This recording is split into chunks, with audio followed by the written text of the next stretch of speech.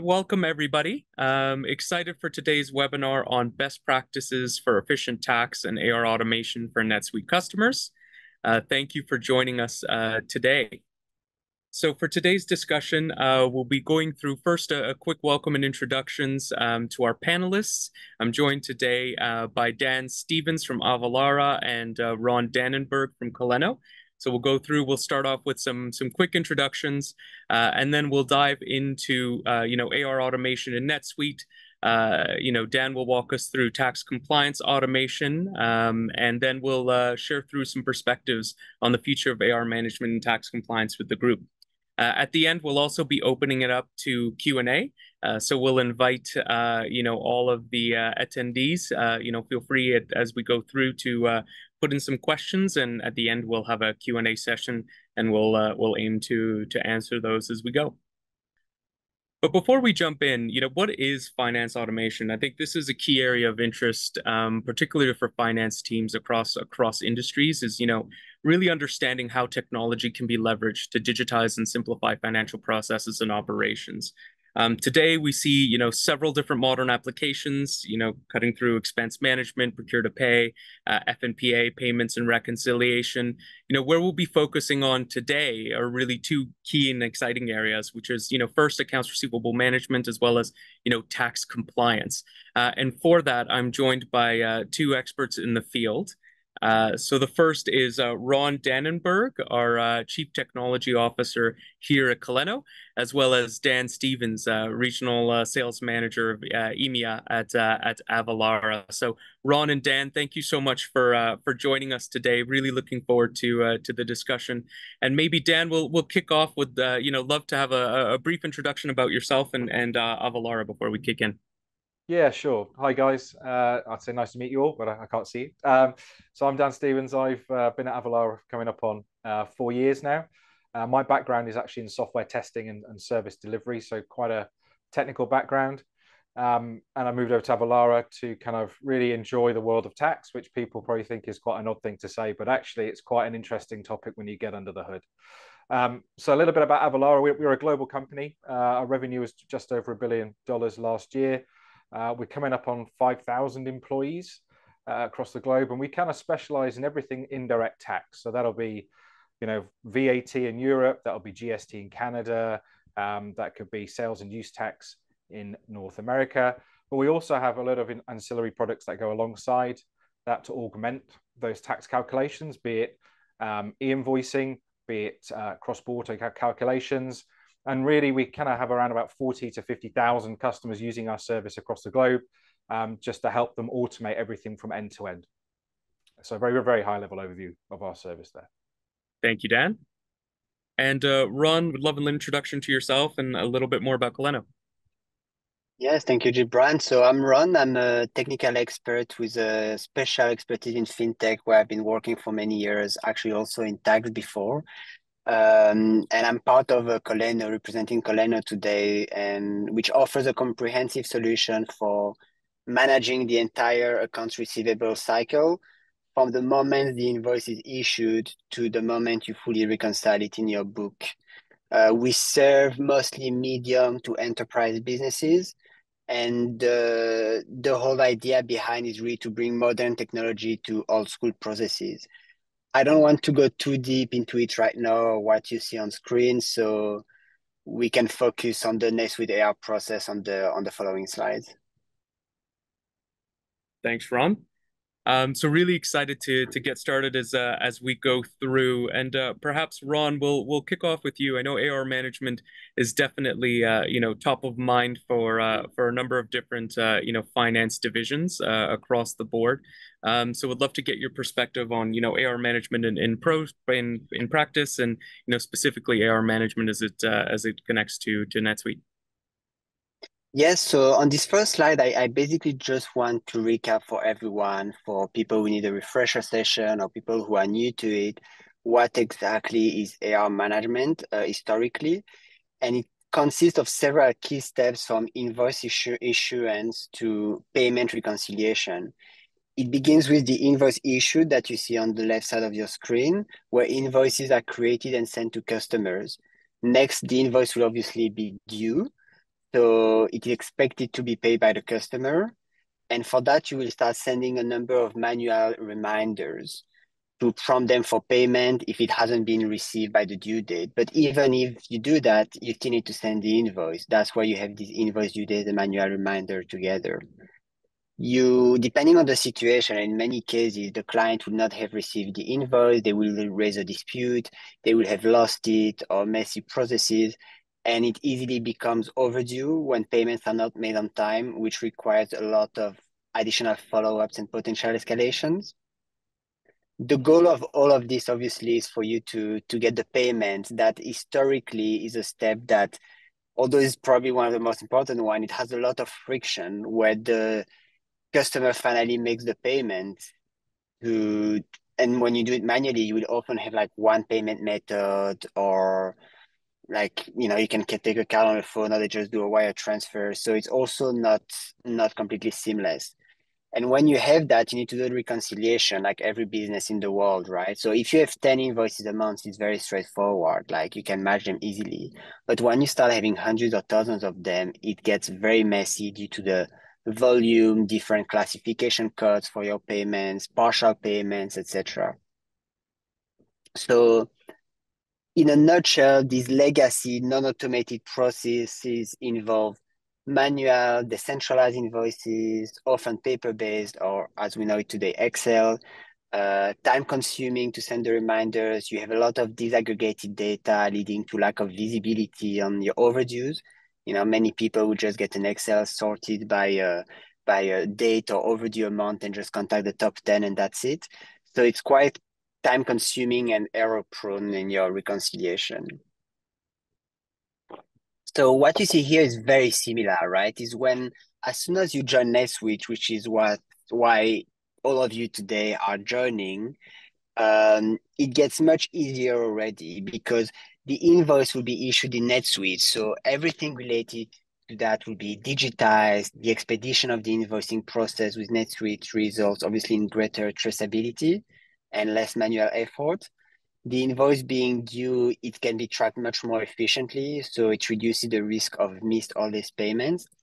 So for the reminders, that's an interesting part with NetSuite because it does automate the sending of reminder emails.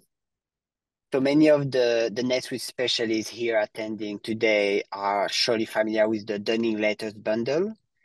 So it is a good first step to send, but also it sends directly from the NetSuite server. So it can also be caught in some spam filters. And it can be complex to set up for people who are not familiar with it. So it allows some customization through the priority orders and general templates. So it's a very good first step. Then obviously it becomes overdue. Then NetSuite offers some bundles features for payments. And the reconciliation. So NetSuite is getting better at that. But anyway, even though everything is in NetSuite, even when you do it manually in NetSuite, you will have greater accuracy because you will be able to reflect the changes and automatically update your books. So really, in summary here, using NetSuite, it automates and streamlines the entire AR process from invoicing to payment reconciliation, significantly improving the efficiency and accuracy for you. So just have a last look at that timeline before we move to the next one. Let's do it. So that's where Kolleno enters in the game, joining the party, if I may say. So on the left side, you will see the reminders and the overdue collections. Kolleno will automate the reminders through multiple channels, all the communication channels you can think of, emails, letters, SMS, calls, manual tasks, as well as the response. So when somebody reply, you will get the reply automatically assigned to the correct customer. Everything is sent from a white label email coming from your own company server. So it's recognized by your customers. It doesn't go through a spam filter. They don't think it's automated even when you send automated thing. So you can really see as a CRM for your accounting. This multi-channel approach, it ensures timely reminders and that follow-ups are sent. And we've really seen that it reduces overdue payments in some cases by 60 to 70%, depending on the business model. And what you see on the left also, what's interesting is this automated workflow. That's why I wanted to put the screenshot for you, because Again, to go back to the Dunning letters module that many of you are familiar with, you know that it's not the same type of interface. It's more like, I mean, it's the NetSuite style, so it's very logical in a sense. Like it's the block that you go in the menu, but you need to know, but you don't have that kind of like workflow with conditions. And so we really, at the heart of that, we wanted to make customizable workflows to automate all the tasks based on invoice status, reducing manual intervention, and ensuring consistent follow-ups. Just to give you an idea, there are hundreds of possible filters and triggers for these workflows. So it's not going to be just on a subsidiary, a department, or class, a segment. It's going to be much, much, much deeper, and it will automatically assign them. You have a book of 50,000 customers, that's fine. Kolleno will automatically find out which one it is. So for example, if an invoice status is marked as dispute and the customer has made a promise to pay, the system will trigger specific actions automatically based on whether they paid, partial payments, or they didn't pay. So it will understand all those different scenarios. So it can feel friendlier compared to the Dunning letters module. And we've seen actually a number of people moving away from the Dunning letters, and for them it was day and night. But obviously, it's my word and I'm biased here. What you see after on the right is the multiple payment methods. So the way Kolleno works is that we're not a payment processor. We integrate with your existing systems like Stripe, Adyen, Go Cardless, etc. The beauty of it is that it really enables to provide a wide range of payment options tailored to your preferences, like credit, debit card, direct debit, ACH, SEPA, wire transfer, etc. So you can really offer like everything to your customer in one place and reconcile automatically in NetSuite with the AI reconciliation we offer. I'll get back to that in 2 or 3 minutes. Because before that, I just want to highlight 1 or 2 things that your customers, one of the main pain points you have is that they will often ask for the same things, right? Can I get the invoice? I didn't get it. Can I see my account statement? How can I pay? Like 80-90% of the time, that's what they will ask you. So at Kolleno, what we do is that we generate a unique link for them that you automatically send them by email with the workflow you've seen on the left, where they can access a portal where they can get all that information and do it themselves. And they don't need to log in. So it's really always like, how do you remove friction? Obviously, they can choose after if they want to pay partially, in full. And if you remember, like the previous slide, I was mentioning that NetSuite, the emails are sent from the NetSuite server. The reason I wanted to mention this is that really Kolleno, like we white label, like we're not trying to put ourselves forward. It's like how we can maximize the customer paying. They will pay if the email doesn't look automated. What does that mean? If the email is not a beautiful, lots of colors, like those newsletters that you receive. They will respond if they see that it comes from a person. They will respond if they see the email actually comes from your company. So there's a lot of signals that can come like that, as well as using hundreds of smart fields to really personalize the emails with the workflows, the conditions. So every customer only gets what is relevant to them. And because Kolleno synchronizes in real time with NetSuite, we're able to do detailed reporting on both unstructured and structured data. So unstructured data is, for example, all the emails, SMS, phone calls you've sent or received. Structured data, it would be the actual payments, credit memos, invoices, etc. you have issued in NetSuite. So that's really like what I wanted to show you on this screen. I know it's a lot of information at once. Apologies for that. We have a limited time. So what I will go, Gibran, next, please. Thank you. So that's the last part of the cycle. So the invoice is issued, you send it to the customer, you do the chasing, you get the payment, and then you reconcile it. And so we use AI-powered reconciliation to automatically match the payments, no matter the payment method, and we match it with the corresponding invoice in NetSuite. It always synchronizes with NetSuite in real time in both directions. A change in NetSuite, a change in Kolleno, it will synchronize in real time both ways. So you always have that full visibility, and we use NetSuite as the source of truth. So it starts with triggers, setting triggers at the invoice and customer level, and enrolling invoices in specific collection strategies based on historical payment behavior. Kolleno will then capture ledger transactions and payment processor data, applying matching rules based on invoice reference numbers, amount validation, etc., and then push it back to NetSuite. So it populates your books. Kolleno is connected to more than 12,000 banks if you want to reconcile direct wire transfer also. The reconciliation process, that's something that I want to have your attention to, all the NetSuite geeks and nerds there, is that what Kolleno does that is unique compared to other suite apps is that it also handles credit memos for the reconciliation. So for those of you who are familiar, this is quite a big thing because it automatically applies the outstanding invoices, the credit memo, ensuring accurate account balances. So you never have an invoice partially reconciled due to a credit memo. So yeah, reducing manual intervention, minimizing error, updating NetSuite in real time. So that's really the key. I just want to recap those three things: the old school NetSuite, and Kolleno on the next slide. Gibran, please. So it's just a recap of what I've just been discussing, like very easy. The old school process is manual processes for tracking, reconciling, sending reminders through Excel, etc. Single payment method often, which leads to cumbersome process and is prone to inaccuracies. Then you have NetSuite, where you automate the invoicing and due processes.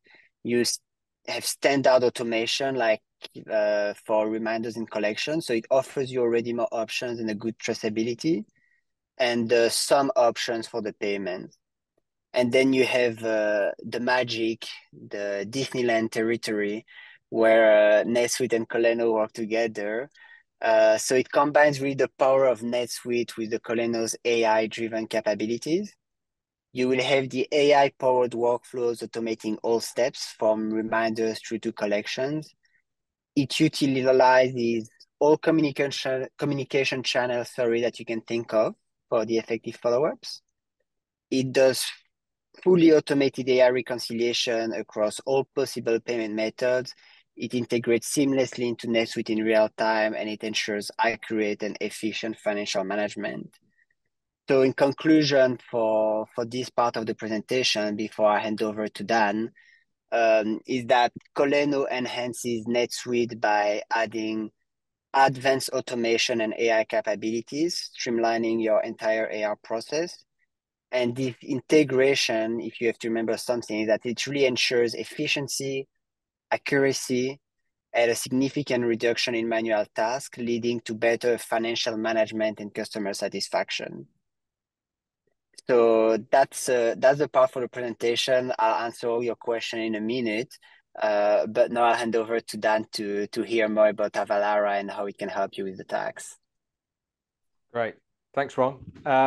So I just wanted to kind of just give a really, really high overview now of what an end-to-end tax compliance process might look like for a business. Now, pretty much every point on this slide, it could either be handled manually in-house or by a third-party accountant or an outsourced company to do it for you. So really with kind of NetSuite, the areas that I'd like to focus on are kind of the calculation element of this. So getting the correct calculations right. So that is on the left side, and that could be from a sales and use tax, a VAT, or a consumer use tax from a kind of accounts payable perspective.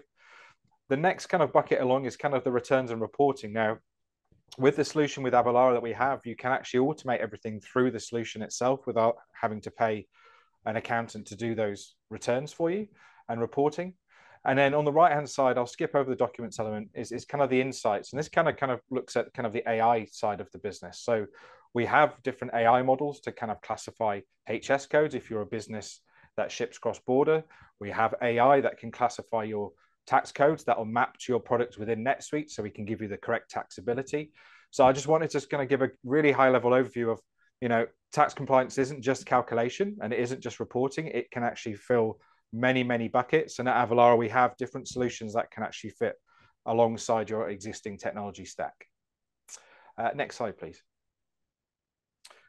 So governments are becoming quite aggressive with their policies. And as a result of COVID, this has become, even more paramount. So to give you an idea of, the US as an example on the left-hand side there, which is what this bucket is as remote sellers, they have something called nexus laws. Now, nexus laws are kind of split into a couple of different areas, but the main two are something called physical nexus and economic nexus. Now, physical nexus is if you have somebody on the ground, be it a store or a 3PL location, or if you host a server in a certain state, depending on the rules in that state, you'll trigger something called a physical nexus, and you'll be required to calculate taxes at any invoices into that state.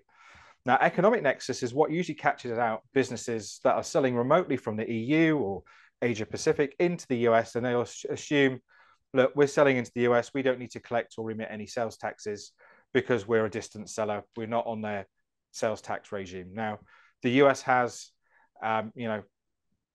50 states, they have individual nexus laws. Each state has their own nexus threshold. California, for instance, has $500,000 that you have to sell in a single year before you have to register. However, they don't tax digital goods, so you wouldn't actually trigger an economic nexus. So it's a little bit of a minefield to get that understanding correct. The next one along is if you're a marketplace, for instance, the US has marketplace facilitator laws where the onus is on you to collect and remit those taxes. If you're shipping goods, you'll need to get the correct HS codes in line to make sure you have the correct duties and import taxes. And now if we shift outside of the US and look at global tax and real-time compliance, and I'll talk about real-time compliance because that is the kind of the buzzword in the tax industry at the moment. But there has been a huge drive for governments and economies to kind of force businesses to implement new systems to automate compliance so that the government can actually see how much tax is coming to them and when it's going to be coming to them. So this is kind of a really high level overview of the elements that the governments are actually reacting with in terms of aggression. Next slide, please. So to go back to the original point on the US. Now, within NetSuite, we have a connector to NetSuite that overrides the native tax functionality within NetSuite. And a lot of businesses that I speak to go, well, why don't we just use the native tax functionality within NetSuite? Well, here's an example of why. So within the states, there are around about 14,000 taxing jurisdictions. Last year alone, there was about 135,000 rate changes for different products. And each product might have a certain tax holiday depending on the state. So, if you're in Texas, then you might be tax exempt for winter boots over a certain period. But what I really wanted to show here is that the tax rate isn't at a state level, it's at a jurisdictional level, and it's not related to zip codes at all. So this example on the screen here that you can see is the zip code of 811, but there are multiple different tax rates for that one zip code. If you were to move 3 or 4 streets over, you might have a different tax rate for the same product as your neighbors across the road. So having that determination engine in place linked in with NetSuite will make sure that you have the correct tax calculation at the point of sale or the point of invoice or the point of quote to make sure that you are compliant moving forward. Next slide, please. So how does it work? So the system that I'm talking about here is a platform called Avatax. Now, Avatax is our flagship solution. It's used by around about 30,000 businesses globally. It's designed for every size business. So we don't pitch ourselves as enterprise or mid-market or small medium. We have customers that are one-person band running out of their garages, selling dog beds across the world, all the way up to multinationals with billions and billions of turnover. The system itself can plug in to NetSuite and provide that determination, as I mentioned. It will also, at the same time, collect something called exemption certificates within the user interface of NetSuite as well at the same time. So what an exemption certificate is, if you're selling business to business and you're selling to the US and you're selling to a reseller or you're selling to an exempt entity, rather than like the EU where you might zero rate that VAT, you actually have to charge them sales tax unless they give you an exemption certificate. So an example would be a customer of mine last year, they had about 200,000 exemption certificates that they didn't know they needed to collect because of this model. and we help them, one, collect the exemption certificates, but also then automate the process that when you raise an invoice within NetSuite, it will check via an API call to see if there's an exemption on file, and then automatically return a zero-rated sales tax rate back into the user interface for the NetSuite user. As part of that service, we can then validate all the sales tax IDs, everything that goes with it from a compliance perspective, which just ensures that when it comes to auditing, you can hand the keys to the system to the auditor and say, look, we are fully compliant. This is why. Now, the connector for NetSuite, amongst other connectors that we have, is a no-code connector. It's just an install that you download from a Suite App Store, and it just takes a little bit of configuration. So from a go-live perspective, it's very quick and very simple compared to self-building via API. Okay, next slide, please. Now, moving on to kind of the future state of global compliance in terms of digital. So I touched on it previously on one of the previous slides regarding e-invoicing. So the world is moving towards a live reporting and an e-invoicing model. And what that means is we've had e-invoicing around for a while, where we might issue PDFs or XML formats to businesses that you're sending an invoice to.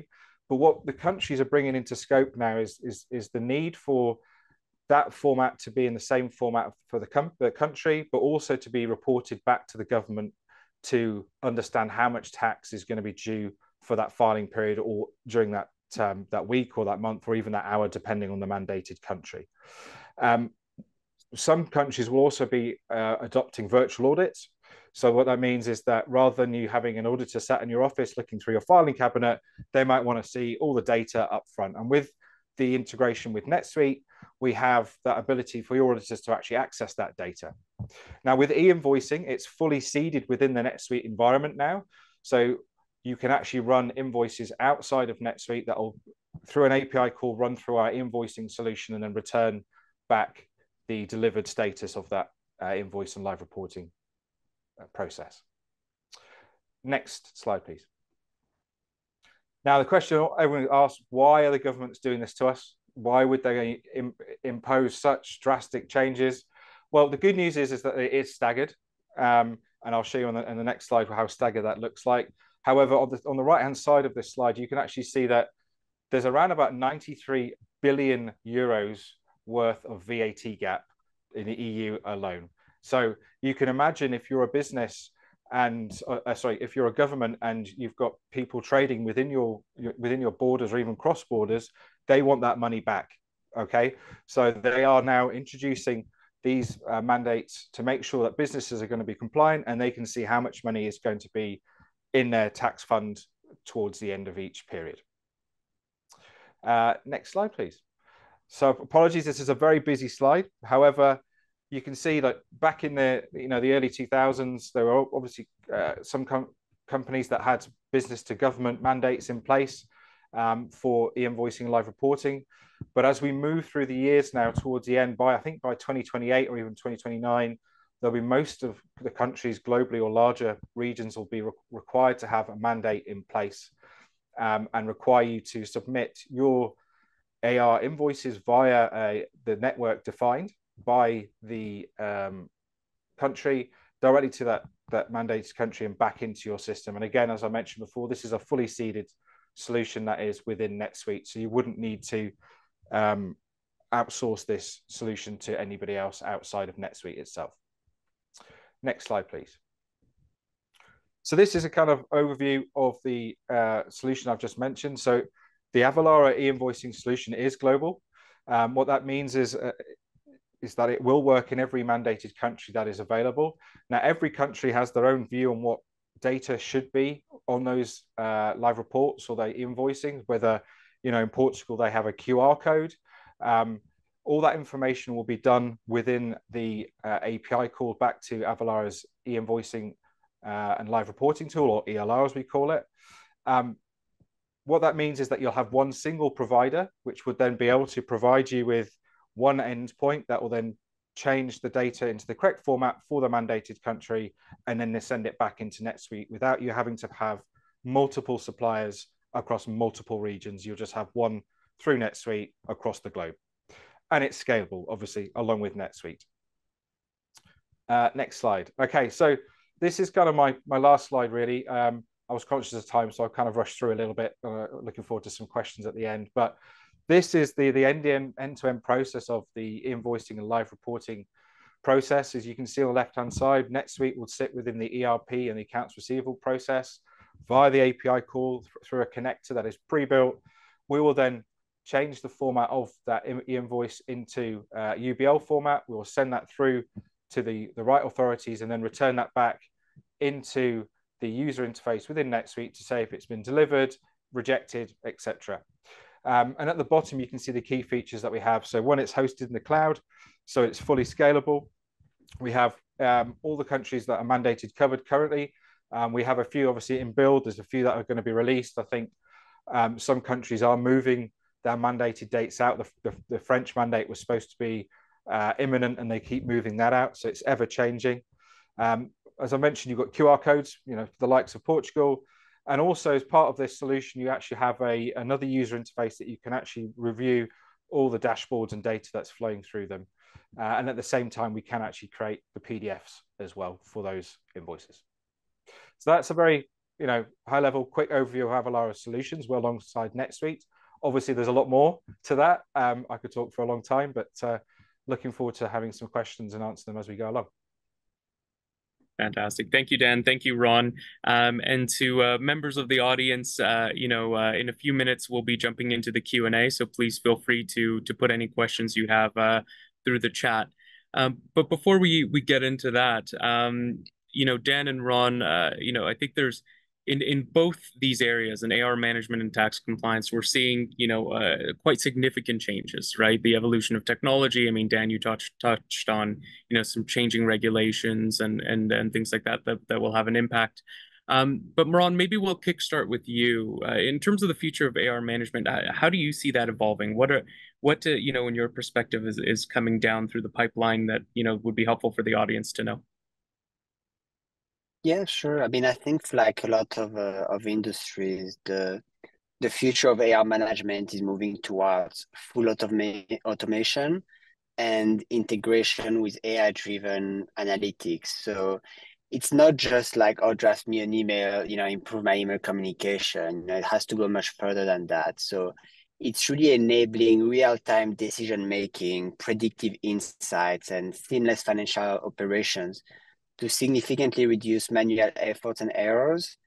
So that's what we're doing. For example, we're going to suggest you at Kolleno the next action. You receive an email, we're going to read the email with Gen AI and suggest to you what you should do next, what you should tell them next. Should you make a call? Should you send them a text message? Should you send them an email, etc.? The workflow I was showing you earlier to automatically create magic workflows for you based on your customer portfolio. So every customer could have their exact sequence of communications and operations on them, and that's where we shine. And Dan, same to you from a tax compliance perspective. What do you see as some of the key evolutions that are coming through for our audience? Yeah, I think the world probably needs to get ready for a bit more of invasive procedure from different governments on this. So what I mean by that is whether they want to access and have a look at every single transaction that you've ever made within 10 seconds of you doing that transaction. I think that's where every government will be moving towards. From a compliance perspective, as Ron touched on, AI is going to have a huge impact on that. And at Avalara, we have got some stuff that's going on in the background regarding AI. But yeah, so in reality, I think it's just, as a business, I think you just need to be prepared for the future and stay ahead of them and choose the right partner to make sure that you don't need to worry about it moving forward. Noted. And I think one of the key areas that's definitely top of mind for many is artificial intelligence and Gen AI, and how that might have an impact across a number of different items, especially in the finance field. Ron, how do you see that impacting AR management kind of going forward? Yeah, I mean, it's what I briefly introduced, like that AI and generative AI will revolutionize AR management like many other fields by automating complex tasks, predicting payment behaviors, personalizing customer interactions. I mean, all of these, the end goal is really to lead to higher collection rates, reduce DSO, so days of sales outstanding, and improve the cash flow management.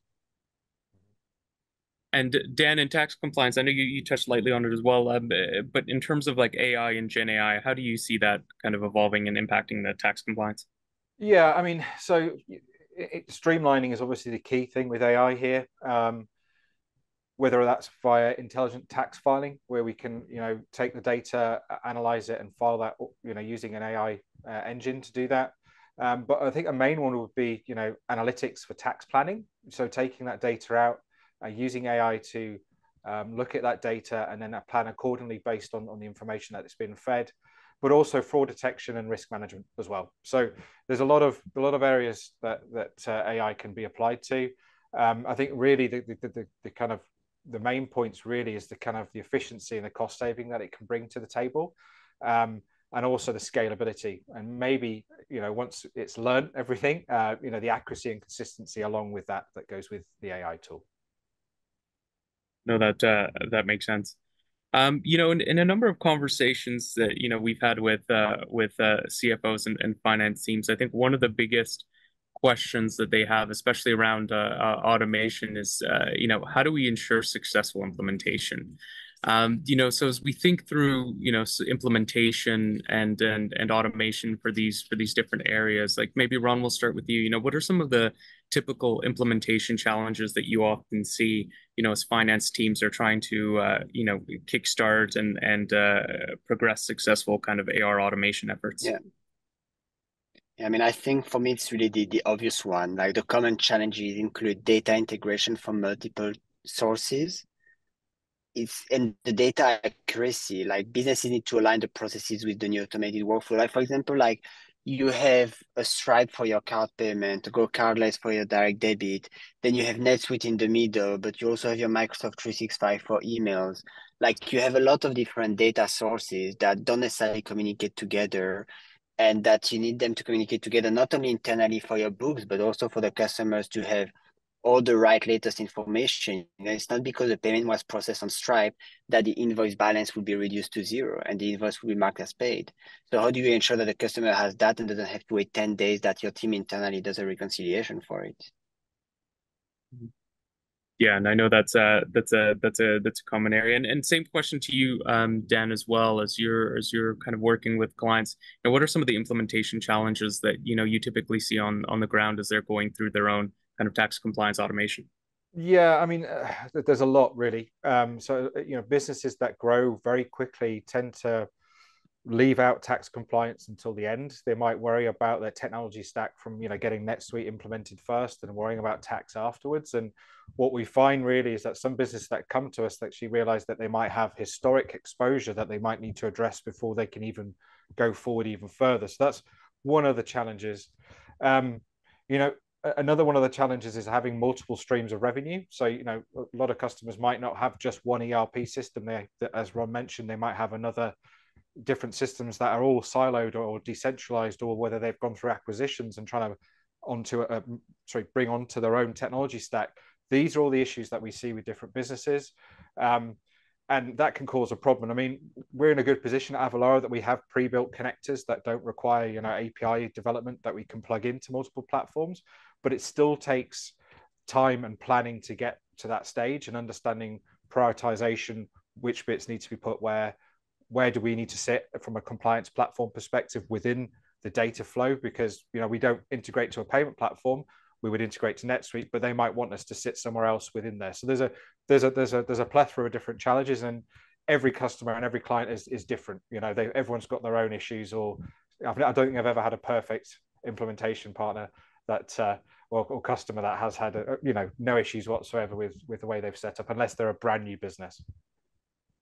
And so it's interesting as taking a step back, as you mentioned that, Dan, are there any kind of tips and tricks as people are kind of kickstarting and really kind of unsure where to start? Are there any kind of key pieces that you would advise them to have a look at to help kind of proceed some of those challenges? Yeah, I think first port of call is always look at your data. So look at the last 5-7 years worth of your sales data across the globe, review that from a taxability perspective, use a third party, be it a big advisory firm or a small CPA or whoever it is, just to get a handle on understanding what your tax footprint looks like. Because following on from that, you'll understand where you need to sit and what products you need to embed into your solution to make sure that you can automate everything moving forward. So that'll be the first one. The next one would be to kind of do your due diligence on the platforms that you want to use and whether you need to use it in different regions, whether you need to have a tax calculation engine if you're just operating business to consumer or something within the EU, because obviously the rates are relatively static. So I think, analysis at the start is definitely key, or, get a big four in consultancy in there to kind of review everything for you. And Ron, on your end, what are some kind of tips and advice you would also give, as people getting started? Yeah, I think like very, very quick. Start by identifying the most time consuming and error prone tasks in your AR processes. Invest in a user-friendly solution that offers scalability and integrates well with your existing systems, and then just focus on training your team to adapt to the new technologies. So that's great advice. And then as we take a step back, so I know, we've talked about, kind of some of the legacy challenges, some of the ways where those can kind of be addressed through automation and future perspectives. But, looking ahead, Dan, what are some elements that, the team at Avalara is most excited about? What are some things that, people can expect from, from yourselves going forward? Yeah, I mean, last year we started developing a plugin to ChatGPT.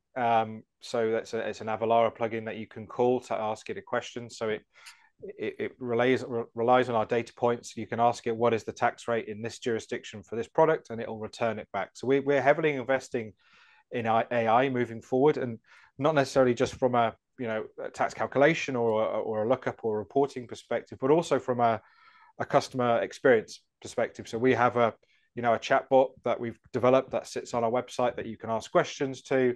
And what we've seen now as a customer experience perspective is that we're actually seeing better customer retention rates, because it's skipping out, waiting for a ticket-based system, and we can actually move through the AI system to actually answer most of the questions they may have straight away. So as a business, we're having, growth from that perspective, because we've implemented AI to help with the customer experience. And on top of that, with the actual compliance suite that we offer across the board, we're obviously going through lots of acquisitions because we've the way that the company works, and we're all adding new compliance features to our solution set. So one of the newest ones was the 1099s, which is a type of IRS form in the US. We've acquired a company that can do that. And we've added that to the portfolio, and actually has a connection to NetSuite as well. So customers that have that requirement within the US now can actually file IRS forms. So as a business, we're constantly evolving to make sure that we tick all the boxes for our customers. So quite a few exciting developments on that end. And Ron, on your end for Kolleno? Yeah, I mean, just to go back, like NetSuite is an amazing ERP, right? Because it does so many things. Like it's crazy. Like you always discover something else, some hidden feature or something. Like it can really do everything. But I think that when you do everything, like sometimes you want to go much deeper into a specific area, which is what Dan is like explaining with the tax, and what I've been explaining of Kolleno with AI, and that's where really we shine. So that's where we push to improve that part of your ERP experience by bringing new enhanced AI-driven analytics, more customizable automation workflows, improved integration capabilities with other financial systems. That's an important one. But we're also working on features that offer deeper insight into payment behaviors and trends. Right, so quite a few exciting developments as we go through.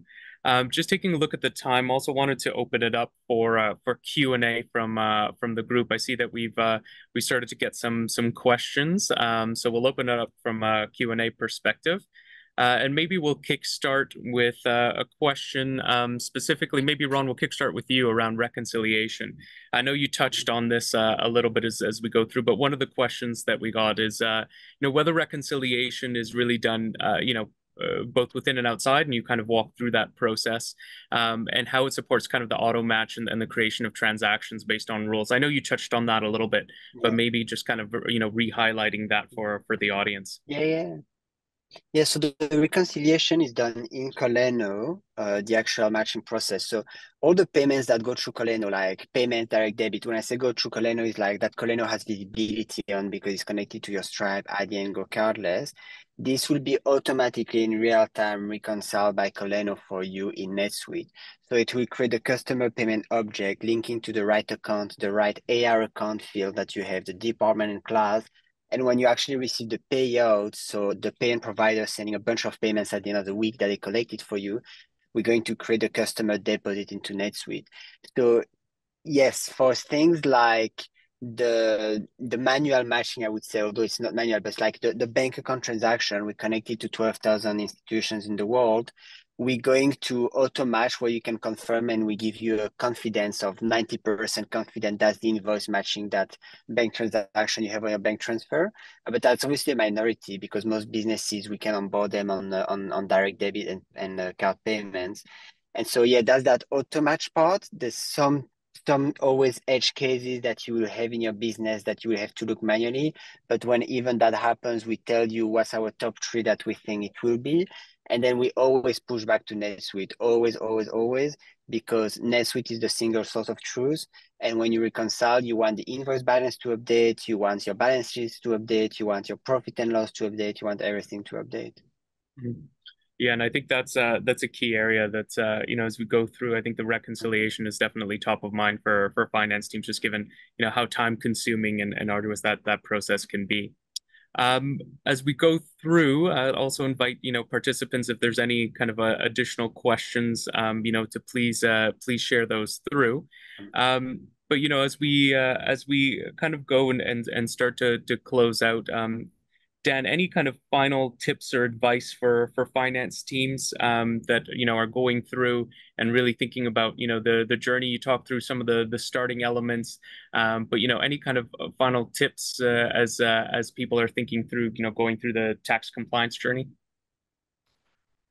Yeah, I mean, as I mentioned, obviously getting the footprint right, but understanding your demographic and your products as well, from a taxability perspective is going to be key. And with NetSuite itself, making sure you've got configurations correct within NetSuite. Yeah, I don't think there's anything else I haven't touched on, to be honest. Getting it right. I hope I managed to get as much across the line. But I think maybe look, if you're an established business and you haven't thought about the future in terms of e-invoicing, I think look at it now, to start implementing some internal processes to look at that, because if you do expand into a region that has that mandated, you might be expected to have that e-invoicing solution in place for your first sale. So I think if you're looking at expansion, to have at least look at the map of where those mandates are in place to make sure that you're going to be compliant before you even start operating in that region. And Ron, same question for you as we start to round things out. Any kind of final words or final tips of advice for the audience? Yes, get in touch. Get in touch. Let us show you what we can do. Go on the website, read the customer stories, and let's start a discussion. Perfect. Well, I think those are the questions we have at this time. But the one thing I will say is, for all of the attendees, please feel free to connect with us. Whether Dan, myself, or Ron on LinkedIn, please feel free to reach out. We want to make sure that we continue this discussion. As you face any questions or anything like that, we're here to help. So please feel free to reach out, and look forward to continuing the discussion as we continue on with the webinar series. So thank you, everyone. Really appreciate it.